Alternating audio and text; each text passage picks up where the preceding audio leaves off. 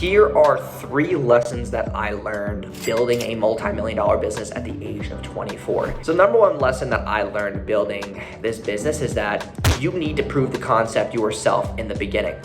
You don't need partners. You don't need a bunch of resources. You don't really need business funding if you're willing to put all the grit into it, because the more grit and work you put into it, the more of a proven concept it's gonna be, the more automated it's gonna be. Number 2 is legality. If I didn't know much about law, I would probably have a lot of clients leaving, because you need to be holding your clients to a certain standard, a certain accountability. The legality part is very, very important. Number 3 is if you cannot find strategic ways to get new clients or get new leads or get new traffic, if you don't have a predictable way to grow your business, you're fucked.